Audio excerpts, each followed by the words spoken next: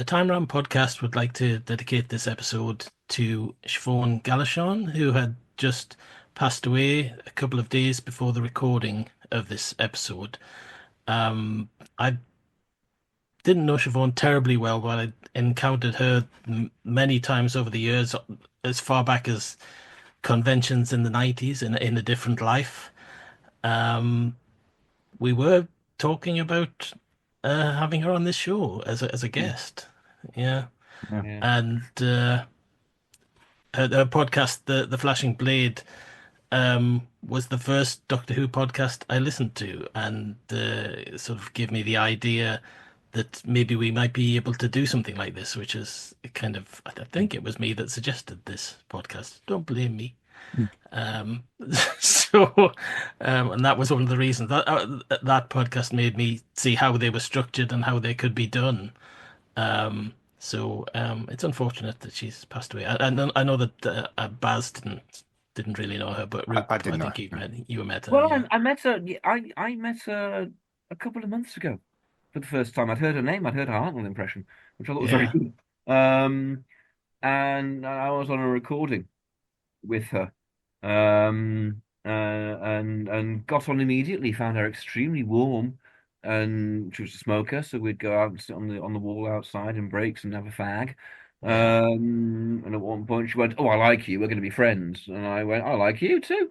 And I very much thought that after the project I'm on, which was taking all my time up, I was going to spend time and get out of London, meet up with her, and get to know her.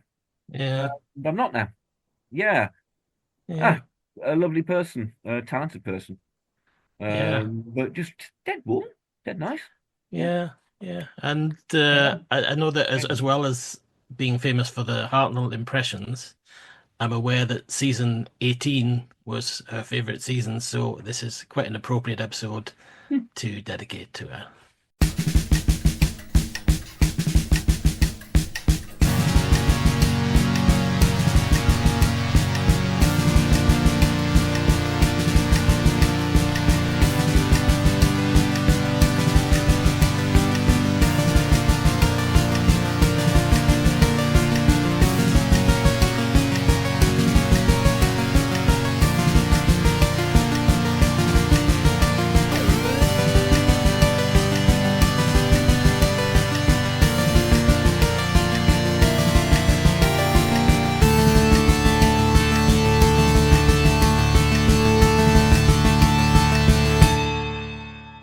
Time Ram.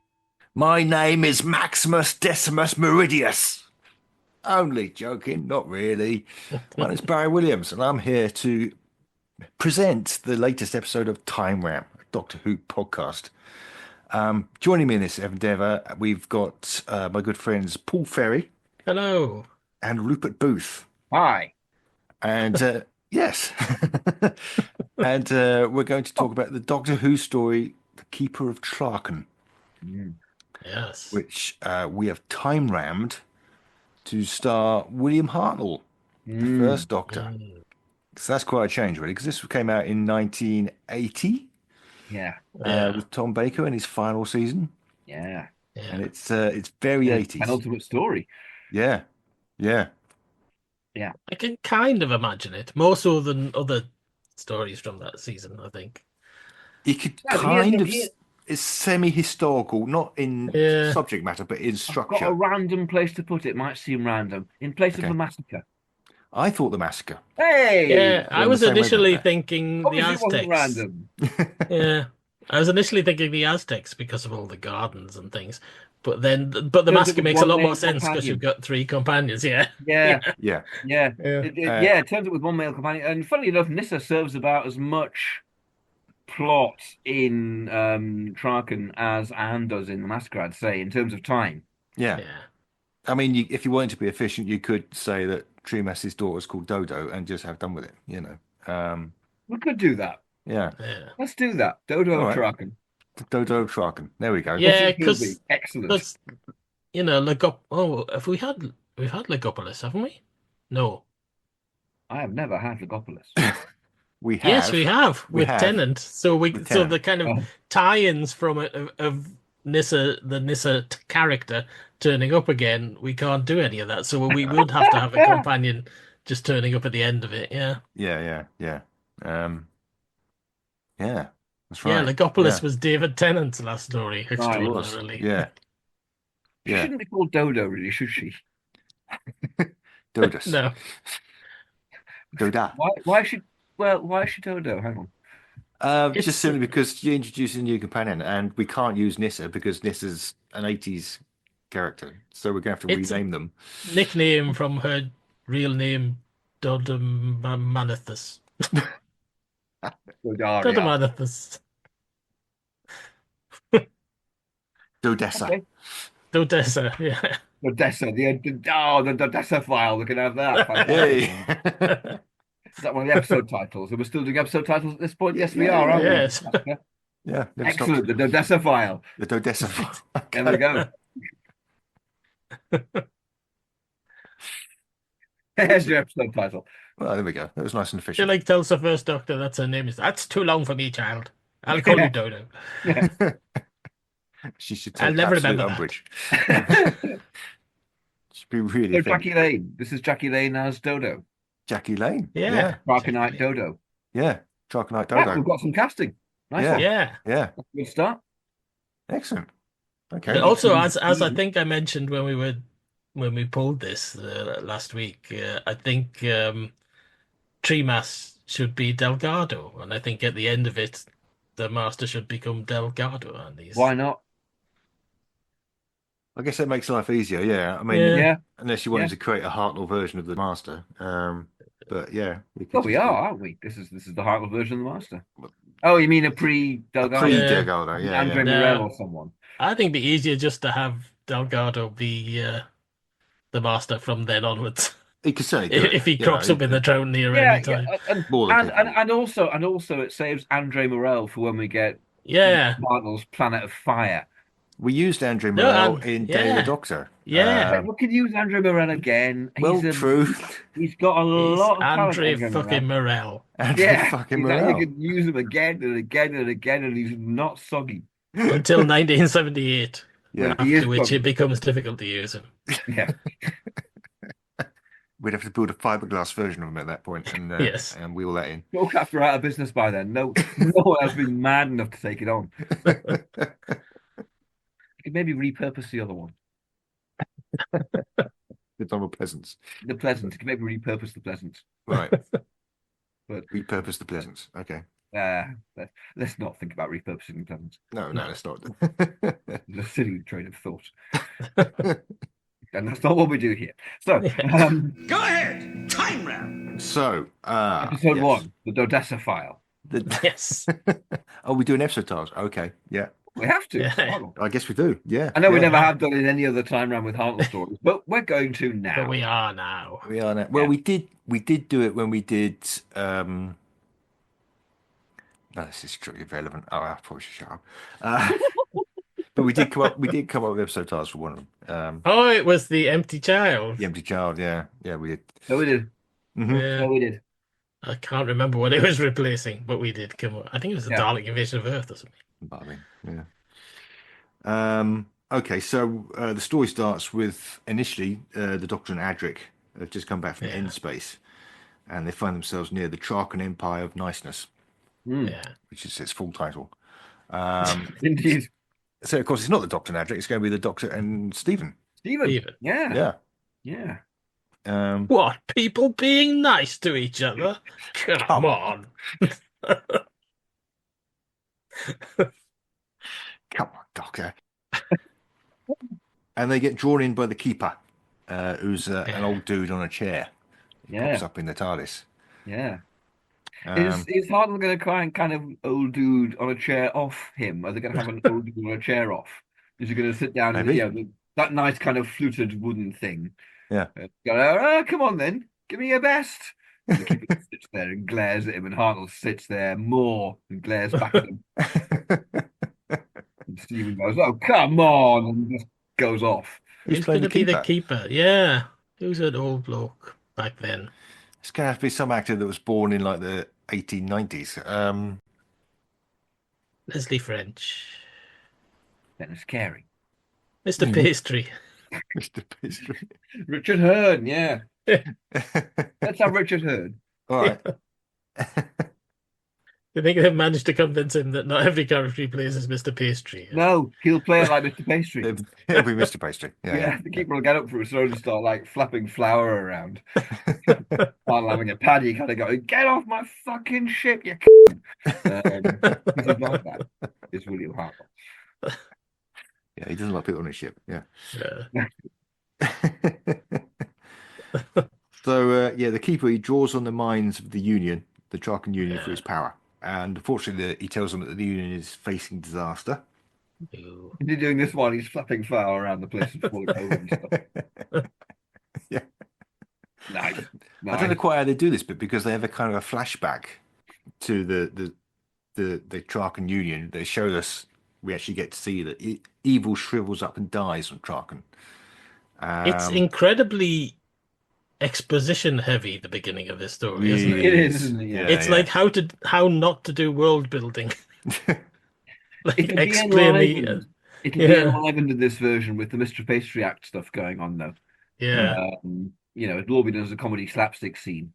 With Hartnell joining in and all that sort of bit, he'll be getting well into it by this point. He'll be going on with it, enjoying the comedy, and Peter Purvis actually remembering the lines to say that tell the audience what's going on. Yes. Poor old Peter Purvis. And doing them to camera like a man. Christ. Carrying the show at this point. What a guy. What a guy. Carrying the episode bodily across the line. I think every interview I've read with John Wiles, it's about 5 minutes before he goes, anyway, Peter Purvis, thank fuck for him. Yes. Peter Purvis and Douglas Camfield. Without them, forget it. Yeah. Would have been all over. Yeah. Yeah. You can kind of, well, I was going to say, you can see it in season 3. You can see it and hear it in season 3. Yes. There are an awful lot of times where he comes in going, but what about this, though? Which he'll be doing massively while the TARDIS set is being trashed by William Hartnell fighting Mr. Pastry. Okay. Yeah. Magnificent. Well, it gets explained to us in that case that evil lands as Melkur. They're Melkurs? Melkurs. And they're confined to the grove where they calcify, which is nice. I'm just visualizing all this with all that going on. It's beautiful. Really left field piece of direction. And there's a young girl called Kassia whose job it is to visit Melkur and tend to him. And she sort of leaves flowers with him, and she's actually a little bit into him. She is, isn't she? Yeah. Yes. She's got a bit of. I mean, I'm not one to kink shame, but No. Kassia, step back from yonder statue. Yeah, indeed. Just step away. Yeah. That's more than a fig leaf he's got on as well. Especially when it starts talking to you in a really groomy way. Yes. That's the time to report to the Fosters. Yeah. I did feel I did feel kind of a bit I would take the Melkor's place at that point because Sheila Ruskin is very sexy. She is. Yes. She is. It has to be said. You wouldn't take the Melkor's place because that would be grooming from inside a weird wooden statue that's a TARDIS, and you'd be a skull. Yes. So yeah, the Master's stuck on this planet. He's not too unhappy. Actually, I probably should mention the Master. That's spoilers. Melkor is stuck on this planet. That was terrible. Not too unhappy. You have no idea how to tell stories. So we flash forward in time, and we now learn that Cassia's Well, this is all on the TARDIS scanner, isn't it? This is all in the TARDIS scanner. Yeah. Yeah. So we see this happening. A little television up in the wall. Presumably. Yeah. And then we'll zoom back out again. Yeah. Hopefully they'll clean the setup a bit by this point, Not so much pastry. Pastry's kind of they've tied Richard Hearn down to a chair, but they've actually put rope around him so he can't flower around. Keep him under control. Yeah. Yeah. I wonder if he was like a young, dashing movie actor in the 20s or something like that. I wonder if he was, always cast as the soldier who always got the gun, something like that, something really masculine and youthful. Who knows? I know nothing about him. I know nothing about him. Yeah. I watched The Lady Vanishes the other day, the Alfred Hitchcock film from Mhm. 1938. yeah.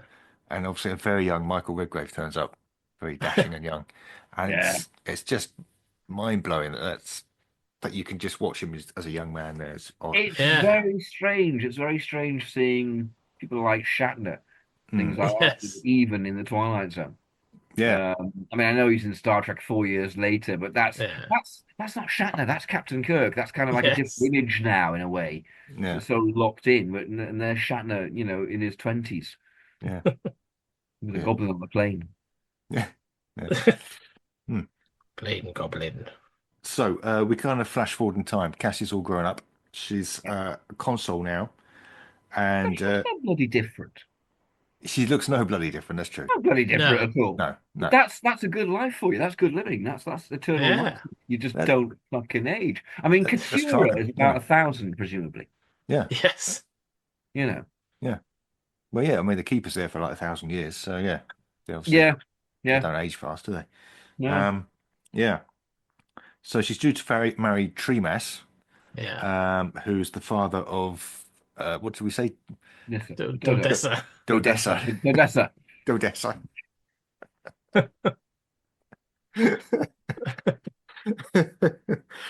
Great. So we probably should cast Kassia and Tremas. Dodessa's obviously played by Jackie Lane. John Phillips. Tree Bass should be Delgado. Oh, it's Yeah. Delgado, of course it is. Yeah. Yeah. John Phillips. Yeah. Sean Phillips as Yeah. Kassia. That's Yeah. good Yeah. casting. I like that. Yeah, that works. Cool. Yeah. So the keeper joins the wedding party, and Starts bringing flour around, it all goes to pot. Oh my God, the keeper's here again. Can he just not do that? The keeper's embarrassing. He needs to go. he's getting weak. He's old. He's been there too long. It's, Clark and analogous to America nowadays. Yeah. Mhm. Yeah. Yes, indeed. So he sort of imparts information that Dodessa's got to watch the Melkor now, Yeah. which we kind of. Oh, that's why they've got the big glass chamber around the keeper.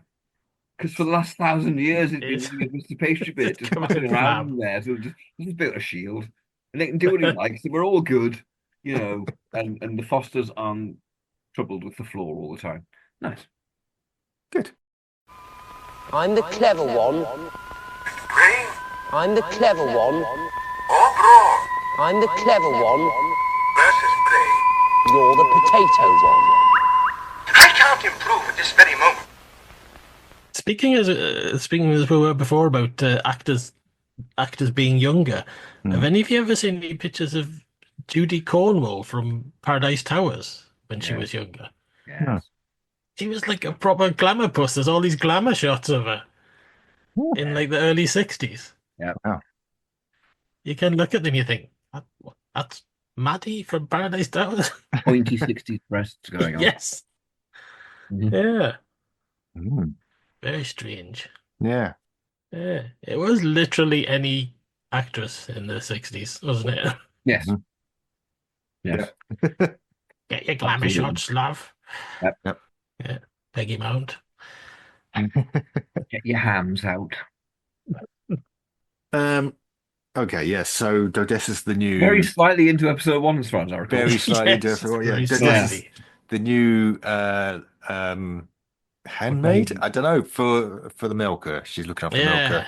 Yeah. Which we should probably specify. The as this- milkmaid. Is this? Sorry, that's a terrible joke. You can cut that. It's this kind of weird looking statue. It's got a kind Maybe of. that's the episode 1 title. The Milkmaid. Ugh. Then episode 2 is the Dodessa file. This isn't sounding at all like weird porn, is it? No. Nothing. No, fine, good. Yes, the Melker. We should specify the Melker. Yes. The Melker, it's this big, weird looking statue. It looks like he's got a little posing pouch on around his Yeah. neck, and then he's got a strange bulbous neck that kind of comes out to one Have you side. seen his arse? It's fucking massive. I was Pointy. looking- Seriously, it's pointy. It's a weird pointy arse. he's Pointy got. ass. Nice. Jesus Christ. It seems to me the sort of design that you wouldn't get in 1966. No. No. Oh, I think it would be more sort of something less defined, just a vaguely sort of man-shaped, almost like a statue that had kind of been sort of kind of stone battered by golem, the elements. Yeah, a Mm. blob, a sort of yeah, concrete lump. yeah. Like a Visian, but in stone. He does have to walk later, doesn't he? So I mean, I, they might actually just have a bloke in a grey sock. And They never did that in Doctor Who. It was never that bad. have you watched the Apart Keys of from the Marinus? Seraphim. You know what? Keys of Marinus, so they do that and that, don't they? There's some No, creatures no moving one's around wearing a grey stocking key. there. I'm thinking of the guys in the cave, the ice cave. Those guys, they're a bit shit. No, in socks they've got tabards and things. Do you say so? Yeah, I think a sort of vaguely man-shaped blob, I'm thinking. Sort of vaguely rock-ish, Rockish. blobby man shape thing. Mm. Yeah. Mm-hmm. Yeah. It's going to be Shawcraft, isn't it? Yeah. Yeah. Yeah. I mean, they might just reuse the molds for the Pleasence. Well, this is Dodo's first story. They made the Pleasance for Dodo's final story. So they Ah, did. yes. So they did. So, Well, so we thought. Oh, so we thought, right, okay. Yeah. He was coming back for her. There we are. You never know. You never know. I mean, he's got a good voice for the Melker, hasn't he, Tom? He does, yeah, yeah. But they can only get him on day 4. Yeah, so we learn that the Keeper's on his last legs, basically, don't we? That he's going to die soon, and his power's We weakening. just sit down a bit rather than flapping and flower around all the time like a twat. He does sit down a bit. He's sitting down all the fucking time. Not There's our nothing keeper. else. Not our keeper. He's got a fucking shield around him to make sure he doesn't splat everyone with comedy.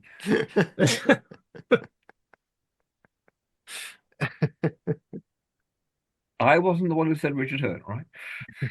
I just went with it. He needs help, basically. So that obviously Yeah. the Doctor and Stephen are going to have to go there. Mhm. Somehow. Oh God, here we go again with the TARDIS being Mm. controllable. Well, it just was in the Hartnell era. It always has been. The That's Keeper what we've draws got. them in. The Keeper's drawing them in. Keeper's controlling it, yeah. Yeah, Keeper's with his he mind. the power of the Keeper ship. His Yeah, mind. yeah, yeah. Yeah. Yeah. With the power of There's a pastry. trail of flour for them to follow, something like that. You know, it's weird. It takes them a little while to get there. There is some padding in this episode, actually, while we wait for them to Yeah. turn up. Yeah. There's a lot of stuff going on in Traken, lots of shenanigans. Obviously, we cut back to the wedding party or the post-wedding party. Mhm. Yeah. And Tremas keeps going on about how happy he is, even though he's now been made the Keeper nominate, which means that he's just got himself this sexy young bride. Yeah, And he's immediately going to be the next Keeper for 1,000 years. And that's and that's basically it. Yeah, forget Marriage it. is You over. know, you go into your glass cubicle and forget it, and sat in Yeah. your chair. Yeah. And she's not Let's hope happy. it's a commode. Yeah. And yeah, And that's I not think- what she wanted from a marriage. No. it's not what she wanted. It's not what she was I expecting. feel in some ways Tremas is at fault here. Yeah, yeah. He's just hooked up with this much younger fiance, and then immediately said, "Yeah, I'm off to be Keeper. See ya." You know. Mind you, you'd think they might, bit of talk. Mm. Yeah. Yeah, he might have said, "I'm thinking of being Keeper. Do you have any objections?" Yeah. Yeah. Maybe know, maybe run I it past suspect- her. Tremas Yeah. seems quite reasonable. Yeah. Yeah. And in the Valgado version, even more so. Yeah. Yeah. So I would have thought, at some point, It Post- did bother Post- me. The presentation did bother me slightly. It's kind of that sexist trope, isn't it? Where it's it is. the It very woman's much being is. emotional and It kind Yeah. very much is. Yeah, Um, yeah. Yeah. and all the blokes are extremely kind of phlegmatic about it. And the age difference, And the age difference is not comfortable at all. No. not no. great. No. No. Yeah. Yeah. He Oh, says having he's going to said that, having said that, we've established that Trachonites don't really age be. very much. Yeah. So, Hmm. Yes. But then, Tremas must be about 500 then. It must be. Yeah. Yeah. And this is going to Yeah. be about 70. True. Sorry, Dodessa. Dodessa. Yes. Yes. Yeah. Yeah. So he said he's going to be Keeper. Mm. She's went, yeah, will we still be able to shag? And he's like, not really. No. This is a Especially kind at- of glass barrier. I mean, You it's just that's point at all- Mr. Pastry just going out on an epi in his glass barrier and goes, "Have you seen what it does to you? Seriously, woman." So is this Not what gonna a be the tree man I mass? was. Treemass is so happy he's managed to get some just before he becomes keeper. That's basically that Yeah. that was the end game for him. He's like, right, Yeah. Yeah. He deserves what's coming to him then. he really does. Yeah. He's Fuck scum. Treemoss. He really is. Um,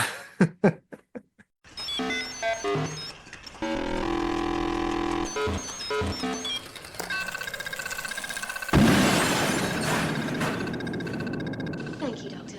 so yeah, as we say, Cassie's the only one that's really upset with it. Even Dodessa's kind of not that fast for it. Yeah. Yeah, she's fine. No, Yeah. she's all right with it. Yeah, Yeah. she's, Oh, hooray. Cool. yeah, all right.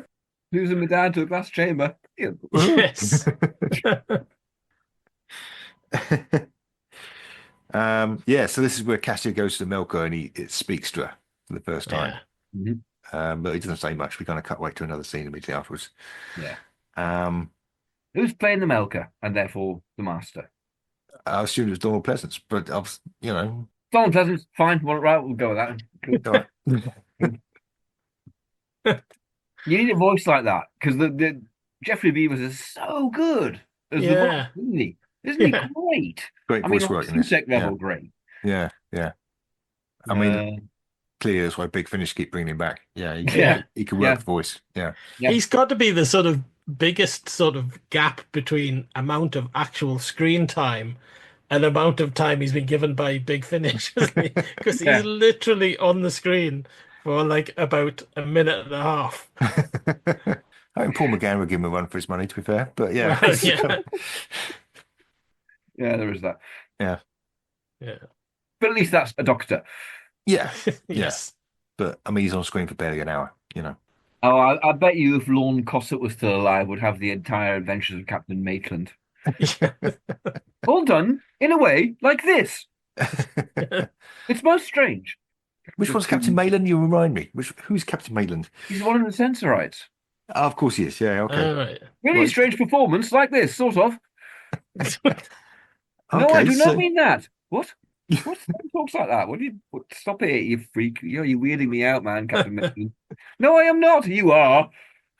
Is this kind of a prequel to the Sensorites or a kind of post-Sensorites It'd be adventures? well, it's Big Finish. It could be anything. Okay. Maitland survives. So it could be the entire life history of Captain Maitland. Right. Okay. Yeah. Mm-hmm. I love those moments in Doctor Who where you can see how the line has been written, how it's supposed to be delivered, but the actor just kind of goes completely Away. Yeah. Away. Yeah. It's like yeah. Mark Strickson in The King's Demons, where he's talking about the Master and he goes, "He is the evil one." Yeah. And you think that's clearly written as "he is the evil He is one." the evil one. Yeah. Exactly. Yeah. But he just gives this completely weird delivery of it. Yeah. Yeah. I've taken to underlining emphases in Yeah. my current scripts. It's almost like he wanted to. Yeah. He wanted it. Yes.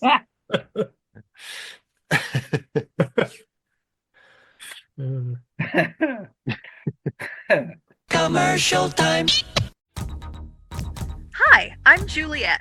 And I'm Nathan. Experience Doctor Who from the very beginning through a classic fan's eyes. And through the eyes of a new Who fan. Reminisce and relive those classic moments with Nathan as he offers fun insight. Or experience them for the first time with Juliet as she dwells on social issues, history, fashion, and the size of a flashlight. We're the Time Streams podcast. Find us on Spotify, Stitcher, or Apple Podcasts. You have been listening to Time Ram. Woomph, Time Ram. We cut to the council. The council finds there's a dead body in the grove. They find Yeah. a dead body there. We should probably introduce some of these council members because they're quite significant later on. Yes. The main one is Seron, Uh-huh. played wonderfully by John Woodnut in the original Yes. version. I love watching John Woodnut. I could watch him all day. Yes. Agreed. Well-known Absolutely. island in the Pacific, Yep. as has been previously Yeah. Yes, as established. Yes. specified. Yeah. Lost, degraded creature. Great. Great stuff. Rejected, Kassia. Rejected. Mint. He's very plummy. He's great. Yeah. He's great. Yeah. He's doing Um, exactly what's required for it. Oh yeah. Yeah. 100%. Yeah. Yeah, that's not how you act in Spearhead at all. Yeah. And I think probably not actually in this scene, but the other council members are also Katura, Yeah. Yeah. played by the lady from the Aztecs. Margot Vandermeer. That's the one. Yes. And Just feel it Luvic. needs a bit of a kind of, Yeah, a fanfare like that. yeah, It sounds like a fanfare. Margot Vandermeer. it does. Could she still be Margot Vanderburg? Probably good. Yeah. And Yes. Hartnell's like, hello. Hello. Wait a moment. And we've also got Luvic, who's kind of the young member. He's a bit nondescript. Yeah. We've already got rid of a song we have, haven't we? Because otherwise we're going to have like Cameca going through time, becoming a different. Oh no, it's not. It's not River. It's Clara. Yeah. It's like really stalking the Doctor forever Hmm. until the new series when Margot Vandermeer would have been dead. But aside from that, Yeah. Yes. Hard to cast her at that point. Yeah. we'll have a De Boer like. Christopher. Christopher. Perfect. Well, that fits. Right. Nice. Excellent. Oh, the story of Cameca, Time Stalker, from Margot Vandermeer to Christopher. You don't get this in other podcasts, listener. No, you don't. This nonsense.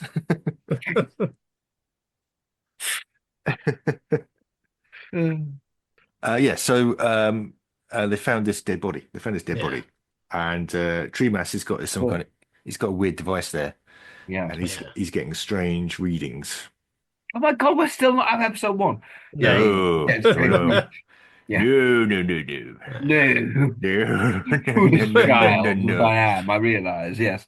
The Doctor's not even reached Traken yet. That's Oh my shit. I said there was some padding here. Yeah, yeah. the Doctor and Andrew look at We're a just book. elevating that to a high art, really, aren't we? The Doctor and Andrew look at a book for reasons. I mean, I've got no idea Yes. what it adds, No. except No, for the runtime. diary But stuff, yeah, the journals. Yeah. Yeah. um, Unfortunately, we've got 4 episodes in 1966, so we're going to keep that scene. Yes. That's just staying there exactly unchanged. yeah. So the council agrees to arm the Fosters, Yeah. who are kind of the sort of gardeners Gardeners. / police Yeah, force. they're kind of attack gardeners. Yeah, they're Which ninja is gardeners. Yeah, That's what you get in a really nice place, I suppose. yeah. Yeah. I mean, Yeah. what if the Dominators turned up there? The Fosters wouldn't have a chance. The Dominators would just turn up and take one look at the Fosters and get the Quarks to twat them, and then take one look at the Consuls and get the Quarks to twat them, and then have control of the source. Well, the point is, the Dominators would turn up and they'd calcify and just sort of collapse into the garden. Oh, right. So Yeah. they would, with Yeah. massive shoulders and massive stone quarks. Yeah, Yes. right. Yeah, You know what? That would be a great image if you had this, instead of just like the Melka there, you had this massive garden on Traken full of all these different statues Yeah. and Yeah. things that had Yeah. come there, like the Sontaran, the Cyberman, yeah. a Dalek. That'd be quite good. Yeah. But the Dalek would still be struggling a bit. It's kind of like, that's the most evil of all. It's kind of going, no, I will not be stoned. Yeah, you're totally stoned. Will not. I'm giving you some flowers now. Fuck you. And so on. You know, the Fosters, are they kind of are they the actors, are they wearing kind of wigs that look like they've got tonsils, or have they just cast all balding actors? And they're Yeah, all they're all- completely middle-aged. I assumed they were balding. Yeah. Yeah. The lead one. Plus, there's was one point where a bunch of them turn to leave the room, and you just think they've all got bald spots. Was that like a Yeah. prerequisite for getting Yeah. cast in this?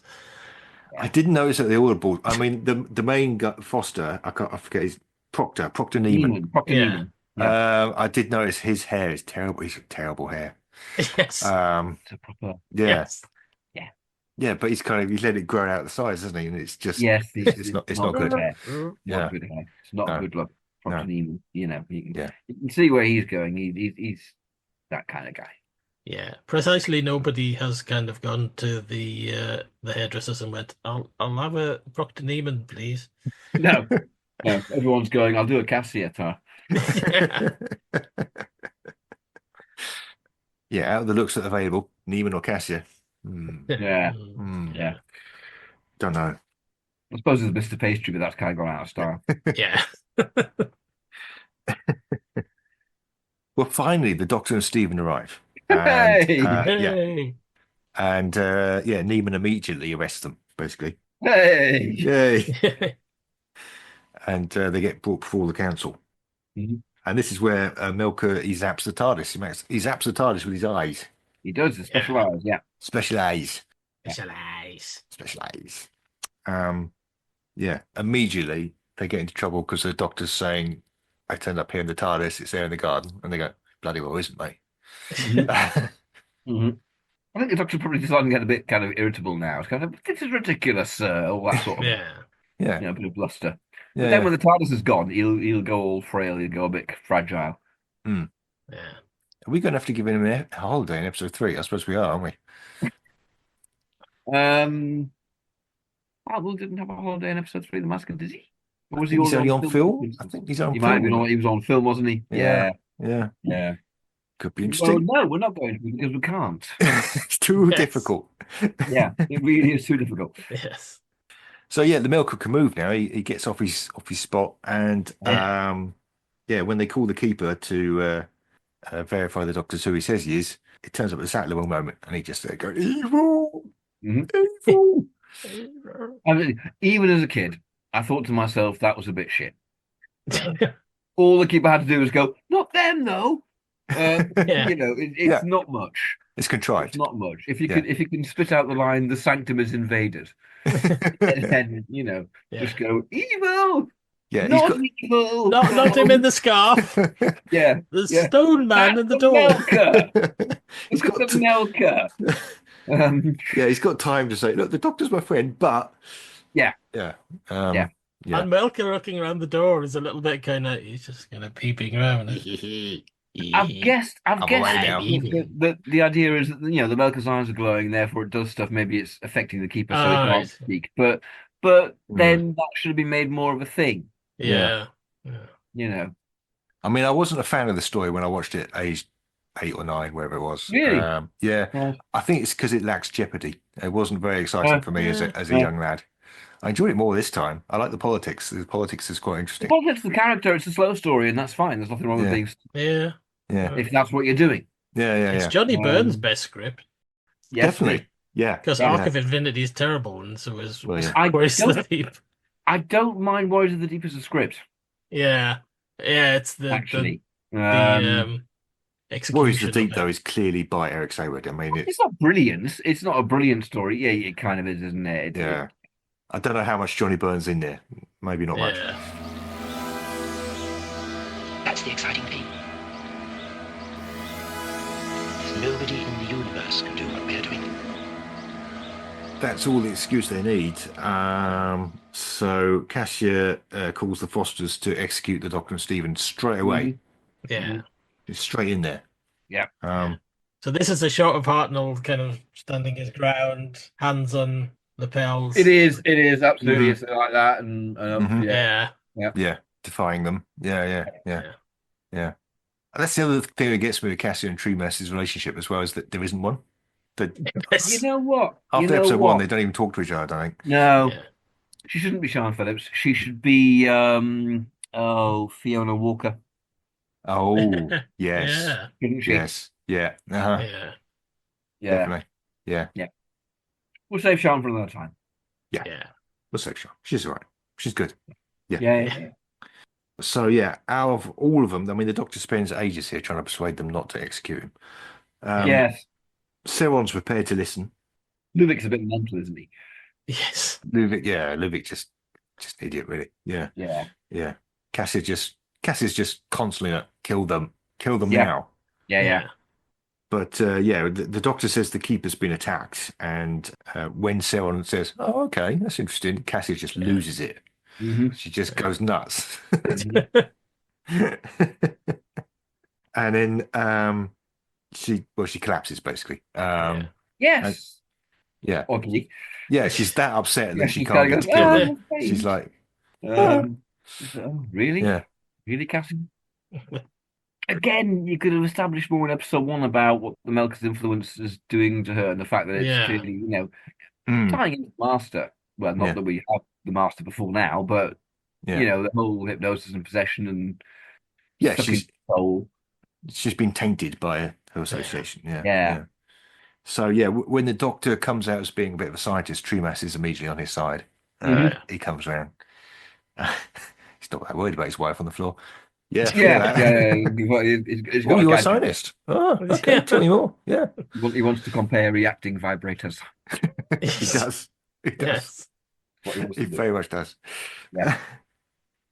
No, we all. That way, yeah. No. I should mention that in the meantime, Melkor's killed again and then gone back to his spot. Yeah. Yeah. And nobody's noticed him. Nobody's noticed. There's nobody out on the Clomping around the streets. place. No. Nobody on the streets going, that looks awful like Donald Pleasence. It's a very sparsely populated planet, anyway. Yeah, it's It seems to be occupied by about kind of 12 people max. Yeah. yeah, Yeah, the wedding, when you see all the guests, that is Yeah. it. That's the Trakenites. yeah. Yes. That's Traken. Yeah, that's the Traken Union. Yeah. 12 planets or whatever worth. Yeah, All of them empty. yeah. Probably One of just them's as got well. shoes on. Yeah, it was full of shoes. So Tremas takes the Doctor Stephen under his consular protection, which again pisses off his wife enormously. Yeah, Yeah. yeah. Not boding well for this wedding, I tell you. These much younger brides. Mhm. So yeah, Cassie's reduced to hiding Melkor's murder victims. That's her job at this point. Mhm. And time passes. Time passes. We get the next morning, and it's we see Dodessa now tending to Melkor. She's kind of leaving the flowers there, and Tremas is feeding the Doctor and Stephen lots of fruit. They're having a very Yeah. healthy, fruity Yes. breakfast. Yeah, Yeah. and so Dodessa comes in basically, and the Doctor says, "I'm going to call you Dodo from now on." Yes. So that's where that came from. That's where that came from. Yeah. Wow, good. Right. Convincing. Yeah, Absolutely as It's all fine. convincing as her original appearance. So we're Yes. fine. everything's fine. Yep. Yeah, Nothing to see here. Hooray for Moving on. time round. Marvelous. Fixed. Tick. We're like Sam Beckett.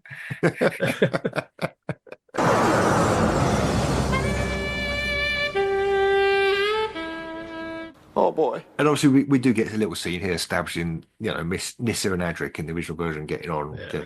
Clearly. Mhm. Getting on, building, Getting on, I did. Yeah. I Building a didn't notice friendship. that bit. well, enough that they become allies. Let's put it that way, for the story purposes. Stephen will immediately be going, isn't she a lovely surprise? And things like that. So this would be Stephen and Dodo, obviously hitting it off Mhm. in the way that they do. Yeah. When? Sorry, when is that? What are you talking about there? What have I missed? They have about the same amount of chemistry as the Adric and Nissa Okay, relationship, right, don't they? I guess we get to hear a little bit about Cassia's motivation. Melkor's promised to help her to save Tremas from becoming the next keeper. Are you saying Melkor will help her? Melkor will help her. Yeah. Ooh, Is that the title for this episode? Melkor will help her. it's the Dodessa file, clearly. Melkor will fix it. Funny enough, earlier on, I did think to myself, Melkor's a bit Jimmy Savile, isn't he? Ah, But I'll not say that. In what way? let's not say Well, that. in the way he's just grooming. Oh, well, yeah. Mm, Mm. yeah. See, I actually justified that in a very slight offhand way. Also, he's complete evil. He's a bit evil. Yeah. Yeah. There we go. Yeah. If Jimmy Yeah. Savile had landed on Traken, he'd have calcified. He would have Yeah. done immediately. Yeah. I don't know how he'd have got there. I say landed on Traken. I'm not aware that Jimmy Savile could fly through space, but who knows? Let's stop talking about Jimmy Savile. Yes, let's Sure. move. Let's move away from Jimmy Savile. Not a problem. I mean, unless you want to tell your great North Run story about Jimmy Savile, that's quite good. But Have I not already told it a million times? I've never heard it. not on here. Oh, Really? okay. No, I Alright. don't think so. Well, I'll tell my Great North Run story about Jimmy Savile then. There's a slight interlude. So I used to do the Great North Run in the 1990s when I was youthful and fit. And Jimmy Savile always did the Great North Run. He was a patron of it, always ran the entire thing with a cigar and all that sort of bit. And because I had written to do to Jim Will Fix It throughout the 70s and a chunk of the 80s saying, can I come and meet Doctor Who, TARDIS and K9 and all that sort of bit, and never got a response because I was from Newcastle. I said to my friend, let us turn around and give Jimmy Savile the middle finger. So as we passed him, for we were faster and younger, we turned round in unison and gave him the middle finger. And that was very pleasant. And then a little bit after that, like half an hour or so, I thought, oh, that was a shit thing to do. That was just shit. Shouldn't have done that. Won't do that again. And I thought to myself, I'd learned. And then later on, things came out about Jimmy Savile, and I reversed my position completely and went, I'm delighted that I gave Jimmy Savile a middle finger to his face. Yes. Yes. Thank you, Time Round, for listening, unless that gets cut completely, which is no reason why it shouldn't. Yes. Well, that may or may not get cut. I don't know. That's how I explain the 90s. How about Time Ram? Time Ram? You couldn't do it in that old crock. Woomph. Time Ram. Londoners. What was I talking about? We're somewhere in episode 2. We're somewhere in episode 2. We've got Kassia has been pissed off to the point where she's now reporting her husband, Tremas, to the rest of the council. A moment after she's been married. Yeah. Yeah. She wants the house. Yeah. Yes. She does. At this point, let him go off and be keeper, and you get the lot, missus. You know. Yeah, you get the lot. Yeah. She's married him at the right moment. The strange fruit and everything. All the strange fruit. If she'd actually just left it as it was and hadn't talked to Melka, she'd be all right. Yeah. Because Dodo would go off with the doctor. Yeah. And then she's got the entire fucking place to herself. Yeah. Exactly. She's set for life. She's got consular privilege. She can tell Fosters what to do. She can marry again to a toy boy, bring him in. She can. She can marry a young Foster if there are such things. Possibly not, but possibly not. I'm picturing now they're all these kind of middle-aged balding blokes, kind of apart from this one guy in a kind of shirt open to the waist, hair billowing in the wind. Neiman will be sidling up, giving it thumb, and she's the guy going, no, Neiman, no. Man, Nemov. You're not required here. I'm out of your league. Then Neiman goes, but I have an ion bonder. And she goes, ooh. Oh. And she music starts. And then Neiman gets arrested for being a nonce. Is Neiman a nonce?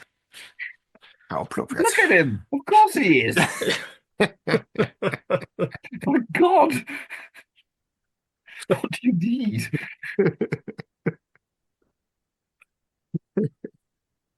So in this council meeting, it's up to Ceron to actually defend Tremos, and Tremos.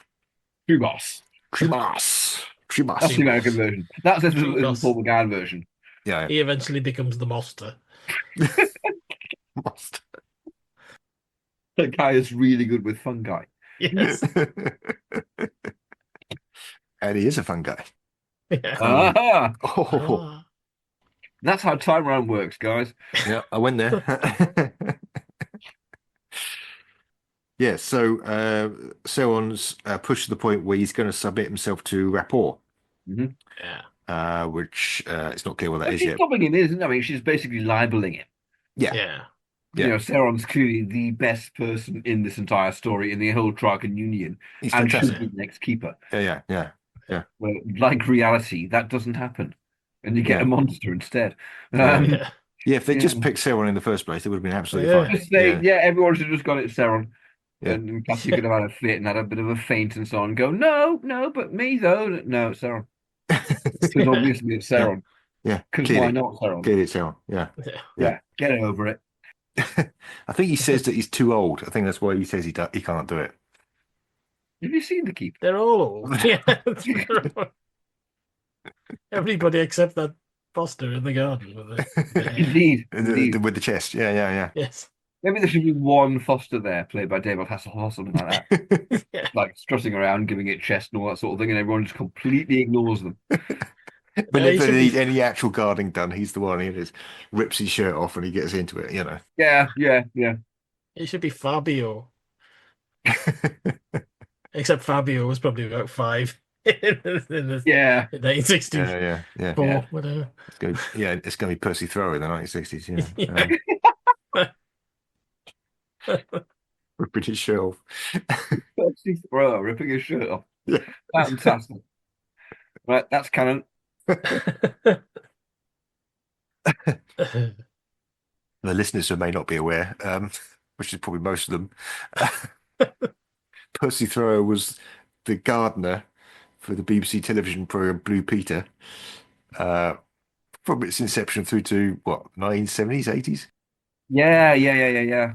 Which And is he an was old, also he'd be the gardener on 50 television as well. yeah, Yeah, he was an he was old guy. quite elderly. Yeah. Yeah, he was an old, mild individual, not the Yeah. kind of person you overalls and stuff and gardening gear and soft voice, I seem to recall. Mm. Yeah. And like, oh, you need to do this with your plants. You do that with your plants. You do it with the plants. You know, Not a Don't mind person me, I'm you'd just gonna expect to rip get my his shirt shirt off. off. not, but yet, this is the glory of the Time Ram universe.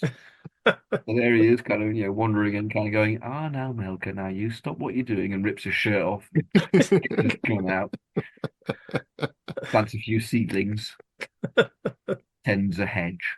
Yeah. We really need to get moving with this. Yeah, we've gone down some bylanes here. Okay.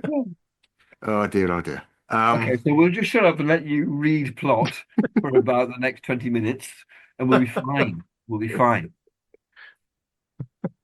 Marvelous.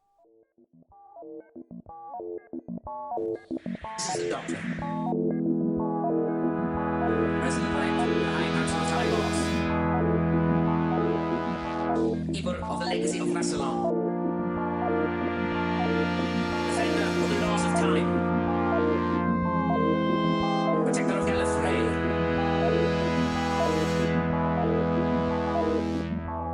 Okay, so the Doctor and Treemaster, they go to investigate the Grove, but they're blocked by Neiman at the gate. He's not letting anyone in.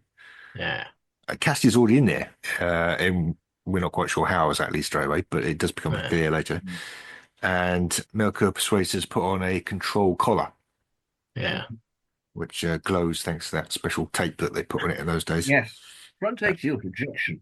And it's the most conspicuous thing imaginable. It is, It's not like kind of subtle. No. It is the sort of thing everybody who saw it would go, what's with a big fucking front axial projection collar? Yeah, what's that collar? Would that be in any way influencing your behaviour? You were wearing that this morning. What's going on? Yeah. So that's not at all sinister. And it becomes clear that there's someone inside Melkur watching her through the eyes, which is also a little bit weird. Yeah, it's a good build-up though. It's nicely structured in that way. Yeah.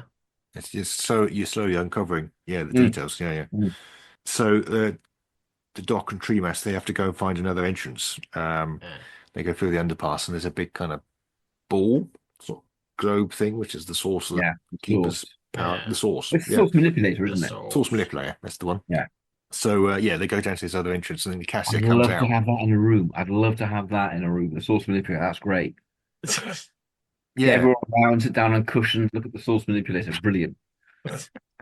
You'd need quite a lot of spare space to have that in that corner, wouldn't you? You'd need Yeah, I'd have the space. All right. Yeah, fine. If you can afford the source manipulator, you can afford the space. Yeah, no, that's reasonable. Yeah. Yeah. No, I wasn't thinking it through. No, you're quite right. I thought it through. I'm going to have a source manipulator. Right. Cellar. Will you cellar? Mm. Nice big cellar. Nice big cellar. Good. Yeah. Come and see my source manipulator. My source manipulator's not a nonce. Maybe you're a nonce. Well, it works short. Yes. Yeah. She's special sauce. What way does it manipulate? See my special sauce. Gene Marsh's special sauce. Special sauce. Gene Marsh. Eh? Did No, you come say and see. No, you didn't, did you? Yeah. No, you. Gene Marsh's special sauce, that's something else entirely. Yes. Gene Marsh's special sauce. Advertised by Sean. We've got the title for the episode, though. Wait. Gene Marsh has nothing to do with this. Nothing.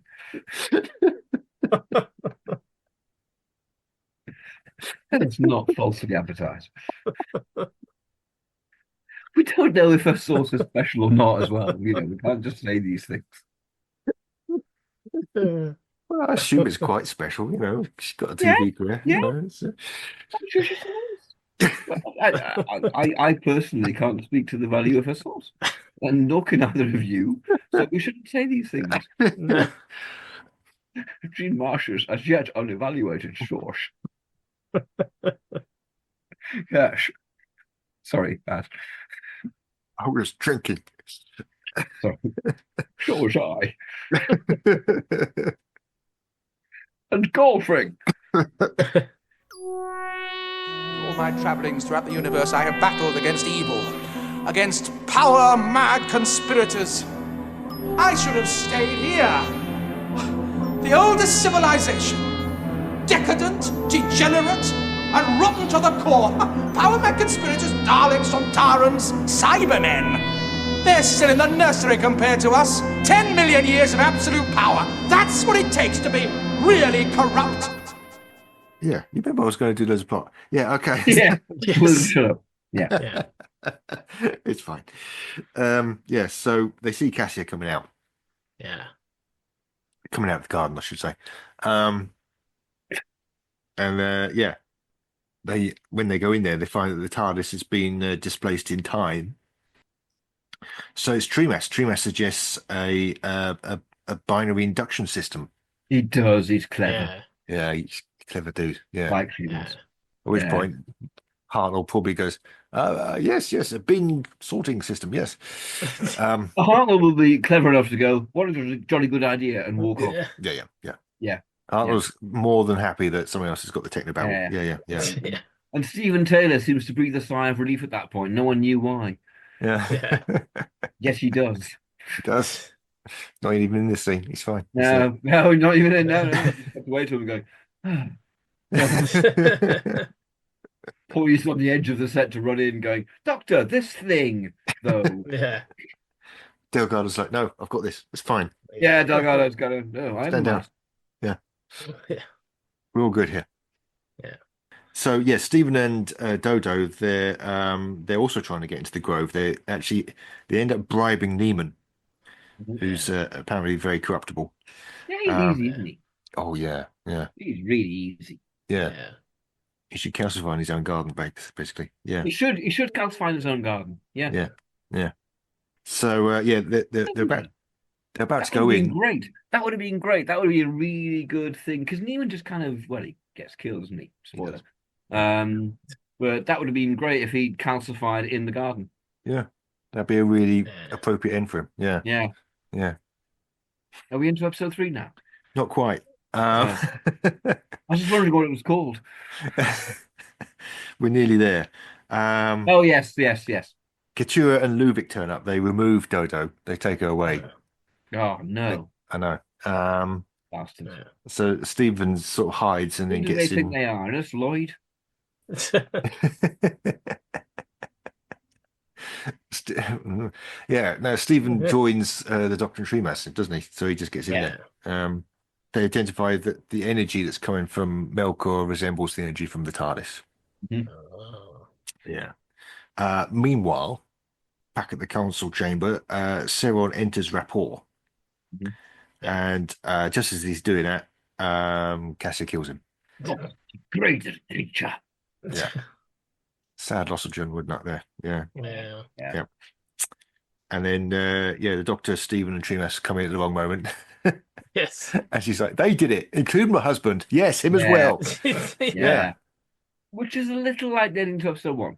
Yeah. Mm-hmm. No, it actually wasn't them, though. Yeah. Like we all know. Yeah. Well, it's not quite the end of the episode because they run back to the Grove. They retrieve the TARDIS. Oh yes, they do, and they get netted.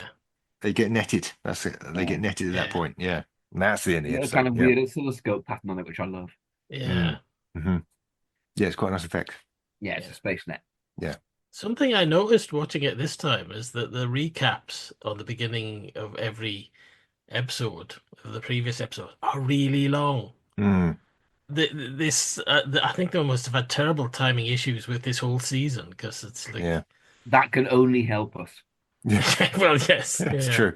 Yeah, there's a huge. I think particularly the start of episode 3, there's a huge overlap. Yeah. Eventually, they get placed in a cell, basically. Yeah. And Cassia's just very much in charge at this point. She sets Neiman to kind of watch them, not let them out. And then she thinks she's all right. She's like, my husband can't be the keeper now. I mean, I fucked my marriage up, but that's fine. Yeah. Yeah. But then Melkor says, no, I need you to be the keeper, actually. So, soz, And hey, you've got your collar on, so what the hell? Yeah. What are you going to do about it? Nothing. Yeah. So his plan is that if she becomes the keeper, keeper now. You get the chair. You're in the chair. You That's get the it. fucking union, but yeah. Not for long, probably. But yeah, if see what happens, you see Mr. Pastry. Yes, yeah. You end up like that. She doesn't want to become like that. No. Why is he throwing flour all the time? I don't know. That's what you'll be doing. Yeah. So yeah, I mean, a non-Trakenite can't access the power of the keeper, which is why Melkor needs her to do it for him. Yeah. Once again, the politics is very well observed. I feel like it's a very consistent world that's been drawn here. Yeah. And we kind of learn the rules as we go along, but it's all it's all very neat. Yes, it is. It is. Yeah. It's a very coherent world, is Traken. Yeah. Yeah. I mean, it is good. I do like the world building. Although I, said at the begining, you do get that lump of exposition at the beginning that I wish there'd been a better way of introducing that. Yeah. Drunky. Possibly in the 60s they would have done it as a 6-parter, so you got a bit more of that without having the massive export dump. With the 60s pacing, I could see this stretching out to 6 episodes quite happily, really. I disagree. I think it's entirely plotted exactly as it would be in the 60s. Yeah, we've all said it's a quite slow-moving story. There's not a lot of action, that's for sure. Yeah. No. All the time it's in. A lot of it's talk. It's good talk. I never have a problem with that. Yeah. But it's very 60s. Before we go through it, the more I'm thinking, this totally fits. Yeah, it does. Production-wise, I can't see changing all that much. Yeah, it's all studio. So. It is. Yeah, it's all studio. Absolutely. Yeah, that's basically Cassia's stuff now. She's going to end up becoming the keeper. Yeah. She meets Katura and Ludovic to persuade them to nominate her. And then she condemns the Doctor and Stephen to death. She's going to get away with that eventually. Yeah. But she's bumped into Dodo earlier. Dodo came into the garden and Kassia was like, get out of it. Yeah. Indeed. This is my Melkor. You're not touching him. So, she frees them. She goes to the cells and pays Neiman off. Or did she pay Neiman off? I can't remember now. She came off or iron bond him. She iron bonds him. That's right. She iron bonds him. She pays him off at some point. She pays him off earlier, and this one she iron bonds him. Yeah. It's a bit more serious now. He needs a bit of iron bonding. He needs some iron bonding. He really needs it. And we introduced the iron bonder as well. Hurrah! Yeah, absolutely. Yeah. Not become a thing later. Only it's for Dodo. Yeah. Never mind. So who uses the iron bonder in our universe then? Nissa. Nissa for bonding people's testicles together, if I remember. She does. Right. She does. Right, Yeah, you're right. Yeah, it was lying around the TARDIS, it's fine. Yeah. She was wandering one day and went, oh my god, an iron bonder. Always wanted one. So they're on the run, basically. Cassie's alerted the guards, and they go to hide in Treemass's house. Yeah. where he's got. Kassia hasn't got. Yeah. Yeah, it's not her house yet. Oh, Not no. yet. No, it's still Tremas's. Yeah, he's still there. And he's got the plans there for the source manipulator. He's got them in a safe. Yeah. A safe. I think we should mention, just going back a little bit, that bit in the cell. There's a scene where Tom Baker plays the entire scene with a bit of cobweb dangling off his nose. It's very upsetting. And it does look like a massive bogey. It's hanging off his nose. Yeah, when people always say, "Oh, he was taking it so much more seriously in season 18," you just think he's got a fucking cobweb dangling off his nose for an entire scene in this. And that's clearly Tom Baker going, I'm gonna do this with a cobweb. What it is that he's been told not to do my arms, my legs, my everything. Yeah. That's not him necessarily playing it straight. It's just coming down a bit from 17. Yeah. He's just subverting it, isn't he? Yeah. Yeah. Plus the missus is no longer around, so he can do what he wants. Yeah. True. He seems quite happy in this story. I thought. Yeah, probably because the missus is no longer around. Yeah. I thought the scenes where he's playing against Adric, he's quite friendly to him. He's looking at him. He's making eye contact. I thought he was on quite good form. I've got the existing footage from Keeper of Traken, the studio tapes that were found a couple of years ago, and he's absolutely fine. He's not being angry, annoyed Tom at all. He's just he's being perfectly pleasant to Matthew Waterhouse. Come on, young Matthew, all that sort of thing as they go back into the TARDIS for another take. He's quite laid back and relaxed and professional. Which, let's face it, he must have been most of the time. Yeah, sure. Yeah. Otherwise, Doctor Who doesn't get made in the 70s. At the end of the day, we get all the stories about what Tom was like and what any actor's like. Yeah. That's a tiny percentage of the time that you're actually recording, making, film. Otherwise, it doesn't get done. Yeah, so they're looking at these old plans for the source manipulator. The Doctor is he's going through it. He's showing Stephen how to blow it up, basically. He's like, look, you connect that to there, and yet the whole thing will go. And Steve's like, I'm off it, Doctor. Stop. But they've got a sort of Stephen will be doing kind of going, well, we could do that, or we could use like tactic power, which we used in my day, which is much better. And the Doctor's going, fuck you. Absolutely fuck you. Right? What's this episode called again? Fuck you.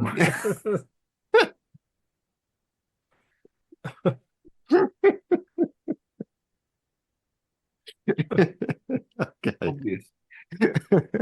What else could it be called?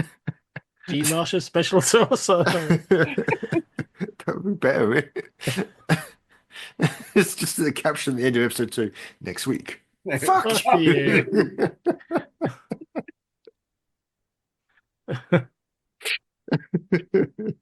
Probably not glaring.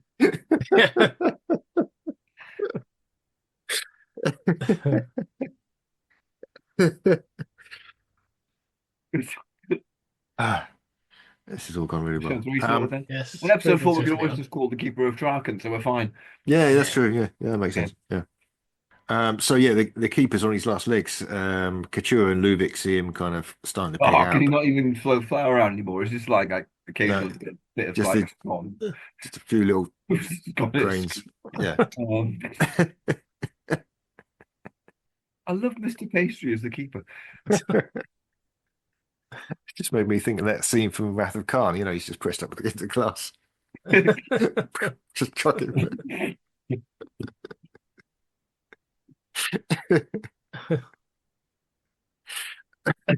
Thinking down, I'm not even sure why I think Mr. Pastry hoofs flour around. I seem to have seen something with him doing that. Yeah. So Kassia calls off the guards eventually. She wants them to kind of leave the Doctor and friends alone so they can reach the Grove, and she's going to confront them there, I think. So, they go to the Grove, and then Neiman's waiting there. He's got orders to kill them. Yeah. So he's literally on the point of knacking them when the Keeper starts dying, and the weather goes a bit funny. Yeah. And there's sort of lightning and thunder, and he falls over. The one that goes funny in that really familiar sound effect, if you bought the sound effects tape that had Blake 7 and Earth Search and stuff on. Yeah. The BBC sound effects tape. Yeah. It's very much that. Well, a lot of the music in this is very familiar because of Doctor Who, yeah, the music. yeah, totally. Roger Lim, isn't it? Yeah. It's not great. Yeah. I'm not a huge fan of it. Yeah. It's not. Yeah, it's all right. Yeah. I don't mind his compositions. I don't like the instruments, the synthesized instruments he used. Yeah. Sound crap. Mhm. They're fine for look and read, but Right. Okay. but, Doctor Who's a bit more serious. Yeah. Kind of works on Androzani. Yeah. Yeah. That's the only one for me. Yeah. Yeah. Lovely compositions though. Horrible sounds. He wasn't clanging those bits of iron like. No. He wasn't clanging. He wasn't No. clanging. He No. was tootling away at a Tootling. symphony. Mm-hmm. No, I think by Androzani and like Revelation he does as well, which is really good. He's got like better synths. Yeah. So there's Yeah. just like better sounds. Yes, yes. could be It it, is sound yeah. early, yeah, absolutely. Yeah. I don't Yeah. like the sound of early 80s synths. The sound crap. Yeah. I just always thought the sounded really, really crap. It's not a step up from Dudley Simpson, is it? It's really It's not. not. No. Yeah. Yeah. And in season 8, I think a lot of the music in that sounds crap because I hate the sound of the Delaware. Yeah. Unpleasant to my ears. Yeah. Yeah. This is much the same as that. Yeah. Yeah.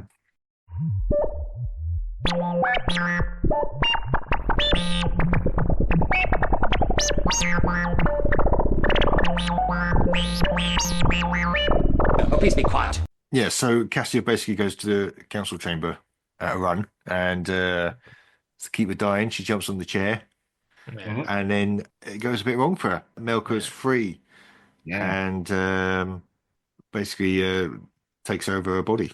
Yeah. So Doctor and friends, there's quite a little group of them now. They all run to the chamber, and they get there just in time to see her complete the transition. Katura presses the button. That's it. It's done. And Cassia's I replaced love by Melka. the kind of sucking in howl around thing that goes on. Yeah. That's lovely. I remember being really impressed by that in 1980 as well. That looked great. They're not going to do that in 1966, though, are they? I don't know what they're going to do. Roll back and mix. Roll back and mix. Actually, Yeah. there's no reason why not. Yeah. It wouldn't be in color. It wouldn't be locked off in the same way. But there's no reason why you couldn't just do a howl around. I mean, Suppose. Yeah. Or it might be a mix from a live action shot of her writhing around on the chair to a photographic still taken earlier that day of the Melka sat in the chair. Yeah. Probably it might be that. Yeah. Possibly with lights with holes cut out in the photo to shine lights behind through its eyes. Excellent. So we're into episode 4. Yay! Hey! At last. Keeper of Traken. Yay. We're getting there. Yeah. So Melka's the keeper now. Controls everything. Yeah.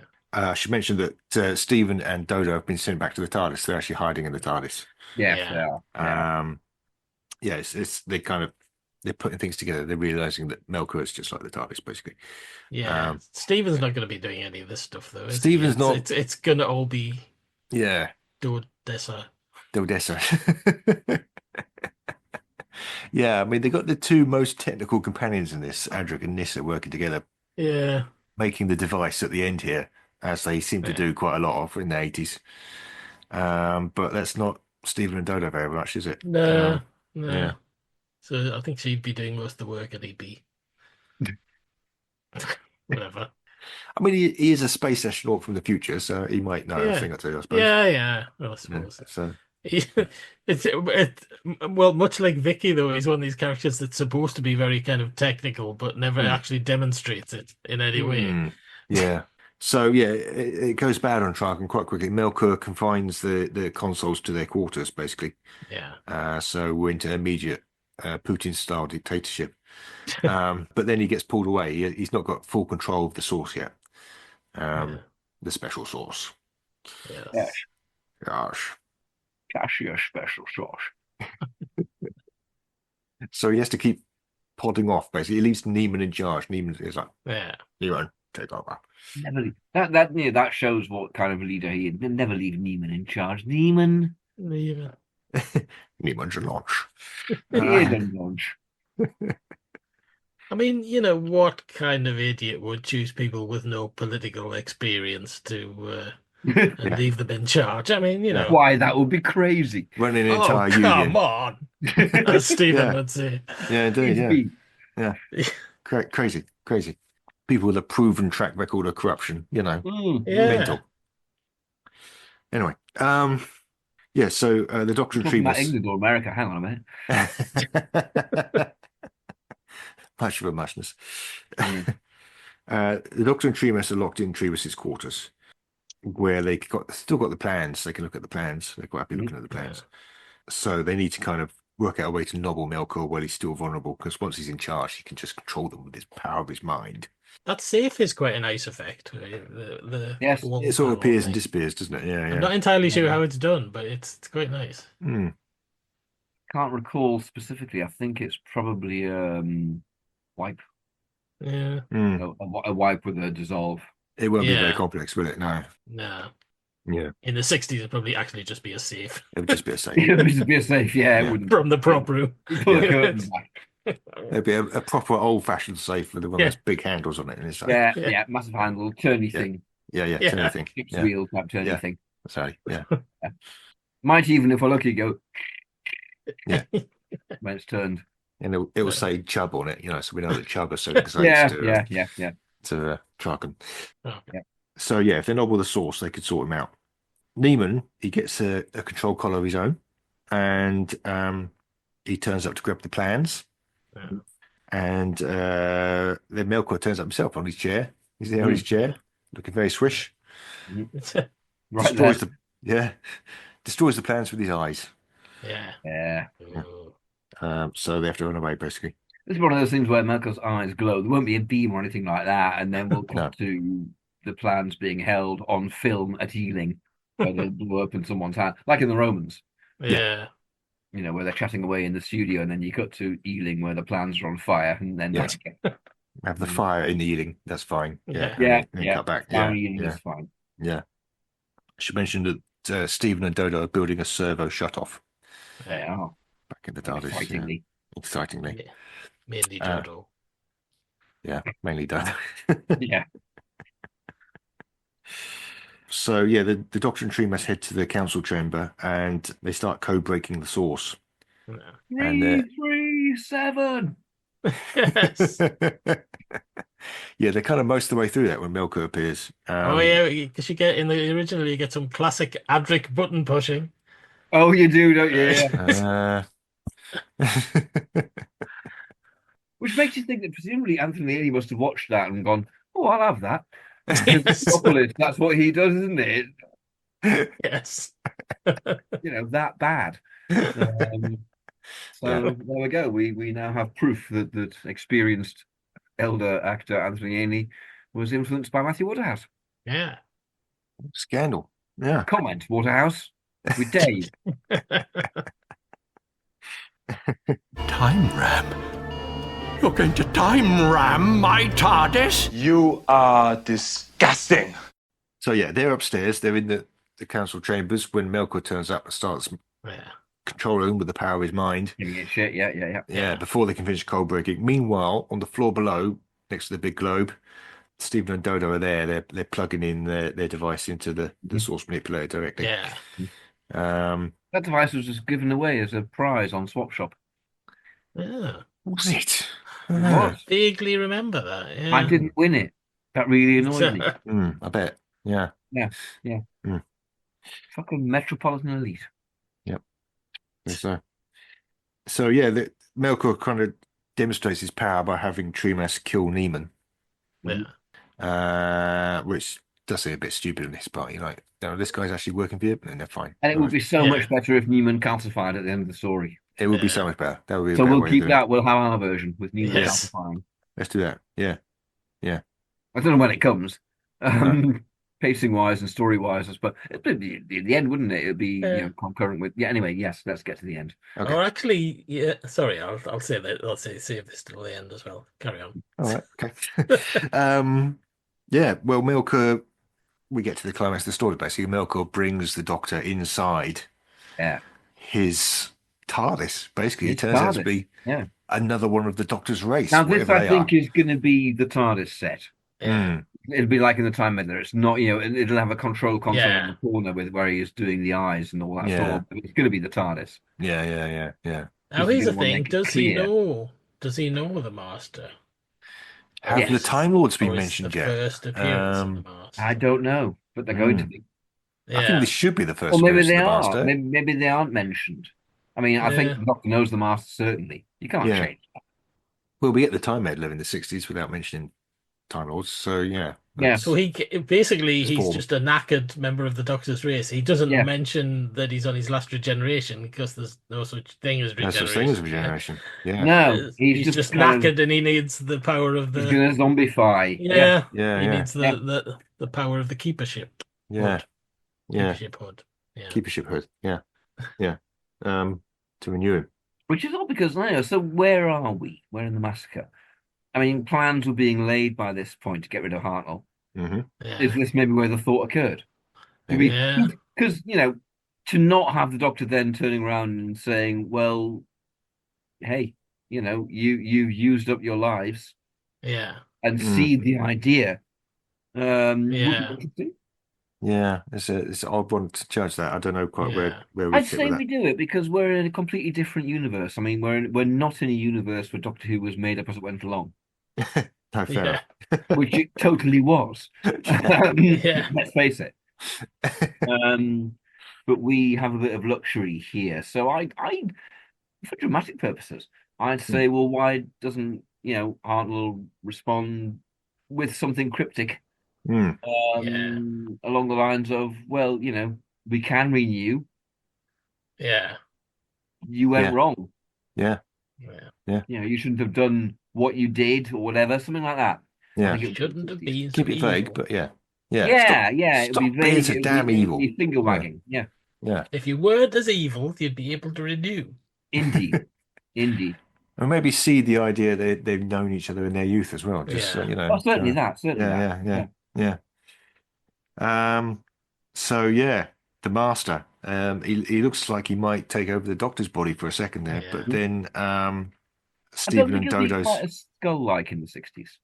It's quite horrifying, isn't it? Yeah. Yeah. It's very stagey though. I like the way they've painted his teeth on his lips. His teeth on his lips.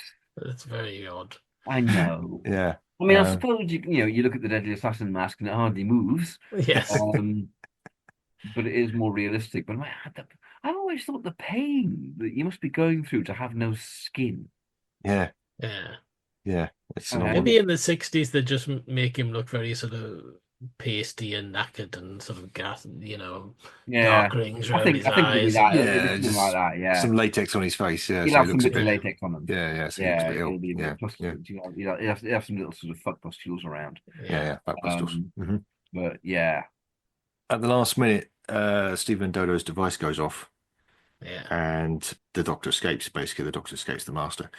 Everything's going a bit shit. So Luvic has to jump in and be the new keeper. Yeah. I never quite understood how the Doctor got out because he jumps through a window. Yeah. How does that translate into exiting the Master's TARDIS? Hartnell will walk calmly through the door. Hartnell will walk through the door. Yeah. Hartnell will smash a window with a stick and then walk out through the door just to be. Maybe in the original, what you didn't see is he kind of extrudes from Milker's arse. That's what I'm concerned about. Yeah, it's where pointy ass. Tom emerge from? Yeah. How does Tom emerge? In what condition? Tom is potentially wedged between two massive fiberglass buttocks. I don't know how to exit from that situation. Later, somebody says to him, what part of the Milker did you get out of? I don't want to talk about it. Oh, child. When you're old enough. I'm just not going to discuss that. Well, the Doctor waded through a mountain of shit and came out smelling clean. Oh, come on.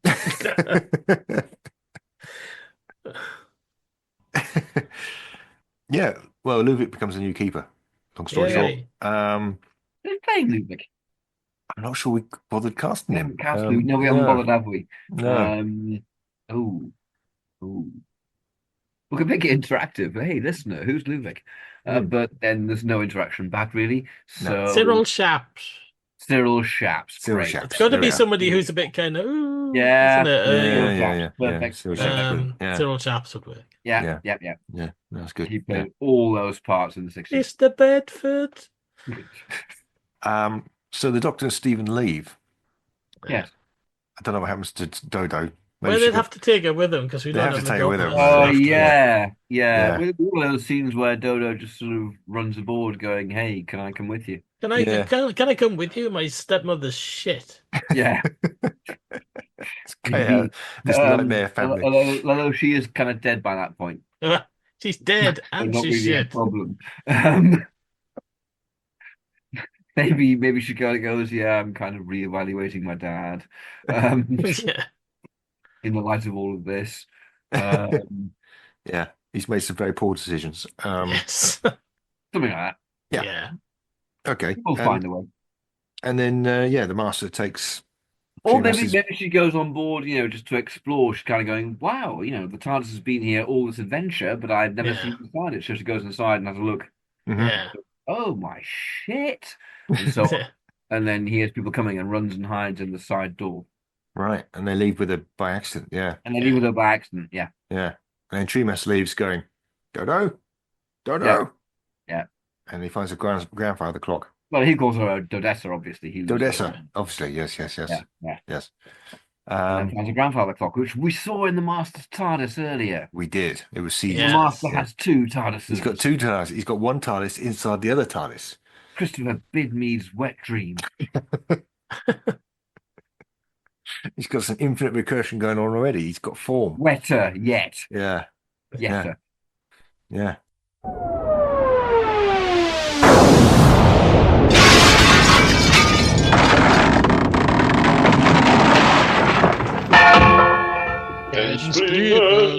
Ensplinment. So the Keeper of Traken. Yes.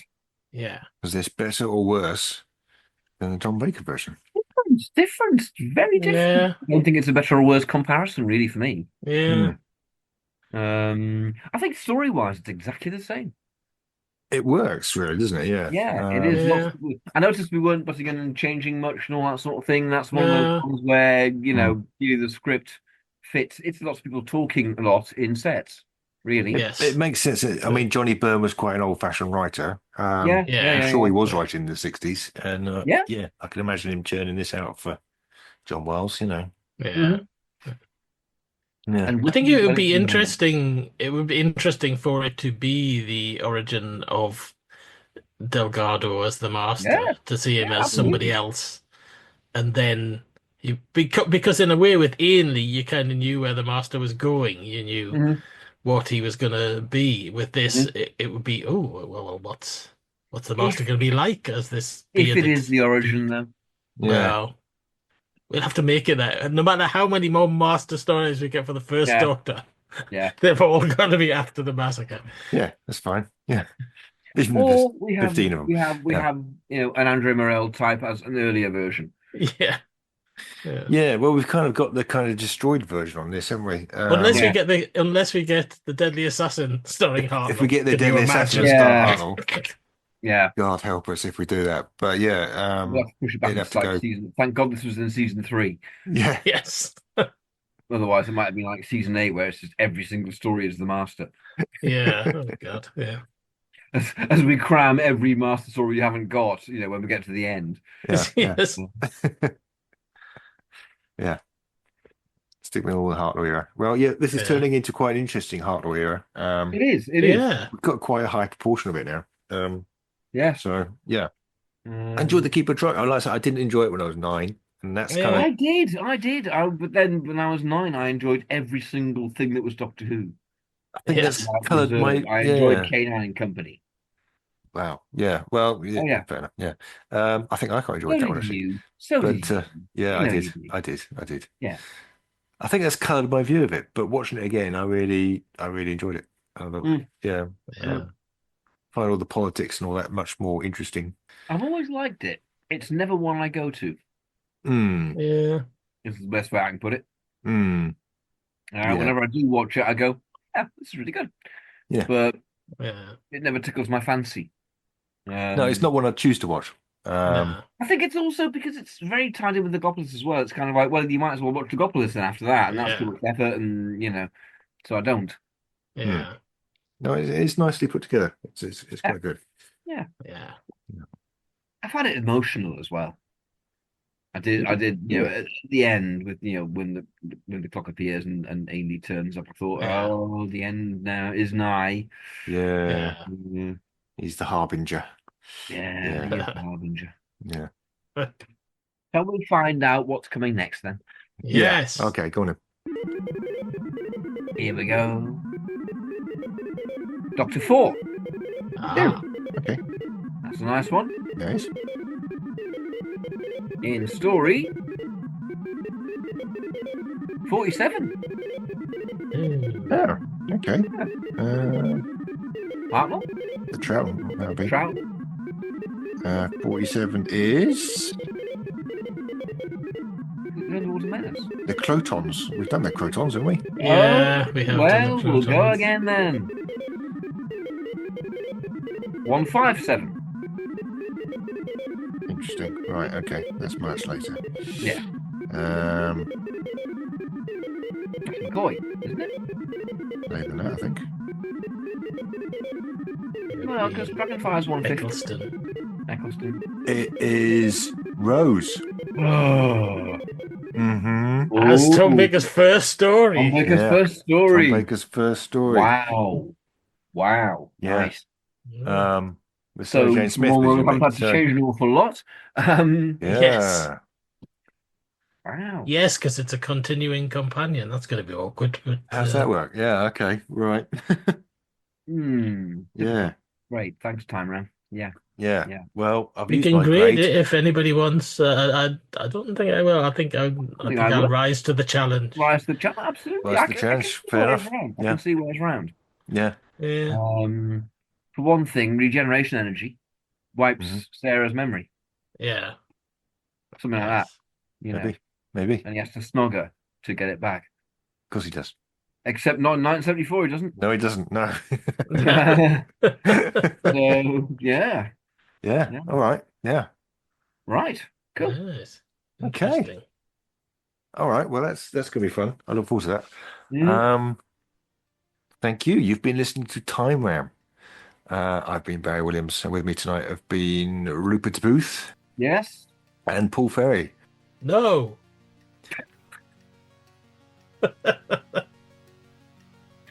We've all been in complete harmony, as you can tell. Democracy in action. I need to thank Ben Jones for providing the music. Thanks, Ben. Yes. We're also on the social medias. If you want to search us up. What the fuck am I talking about? Search us up. Search us up. Search us down as well. Search us down.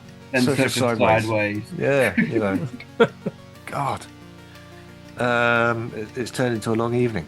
Okay. Yeah, well, we're on the social medias anyway. I'm still currently on X. I might not be for much longer, but I'm still there at the moment. I'm at Baz Time Ram. Rupert is at Rupert Booth, and Paul is at Paul Perry 8. Yeah. Yeah, I'm going to stick around there because we shouldn't let him win. We're also on Blue Sky. The Blue Sky. We're on Blue Sky these days, and similar handles. And Paul and I are on Tumblr. Again, with quite similar handle. I think if you do a hashtag Time Ram, you'll probably find us on most of these things. Yeah. Search for us. Just search Find us. Find us. We will be there. Well, call our name 3 times. Find me a hashtag. It has some hash in it. We've also got a Facebook group, and we've got our own website, timeram.com. And there's also a Patreon site. If you would like care to frequent that, you will find extra content, including some reviews. Shall we do some extra content about the war games? We should do some extra content about the war games and the Doctor Who Christmas special. Which tomorrow, as we speak. Coming up as of time of recording. Old news for anyone listening to this, but yes. So that'll be on there by the time you hear this. And another way you can help the podcast is by leaving us a nice review. 5-star reviews, please. So, we'll catch you next time with Tom Baker in Rose. Rephrase. Tom Baker around Rose. Rephrase. Tom Baker starring in the Doctor Who episode Rose. Thank you. Yeah. Thank you for making that clear. Good. That's all right. All right. Bye-bye. I'll BBC you. Bye-bye. Bye. Bye-bye.